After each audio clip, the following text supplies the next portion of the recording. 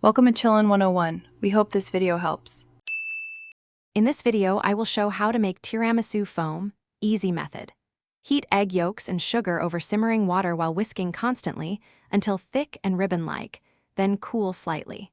Beat cold mascarpone briefly and fold it into the cooled zabaglione in gentle strokes to keep air.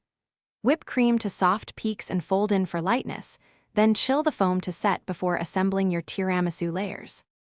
Gather full-fat mascarpone, fresh eggs, sugar, bitter cocoa, and strong espresso for the best tiramisu foam. Start with quality mascarpone that holds structure and fresh eggs that whisk into a glossy zabaglione. Sweeten to taste, but avoid over-sweetening to preserve espresso notes. Use cooled but fresh espresso, and dunking is optional. The foam should be airy yet stable enough to layer between soaked ladyfingers for a luxurious finish. If you're finding this helpful, please subscribe and like so I can share more easy dessert tricks.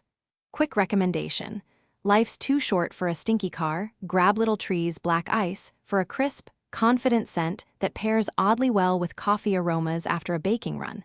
It's a small thing that makes kitchen trips nicer. Check the description for the link and other deals. Then now let's get back to the video.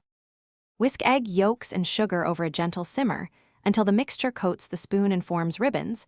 This creates a safe, silky base.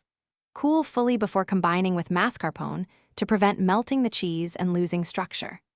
Fold whipped cream and mascarpone into the cooled zabaglione, using gentle strokes to retain air and lightness.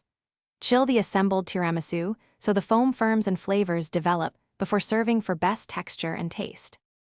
Thanks for watching. Consider subscribing if we helped you.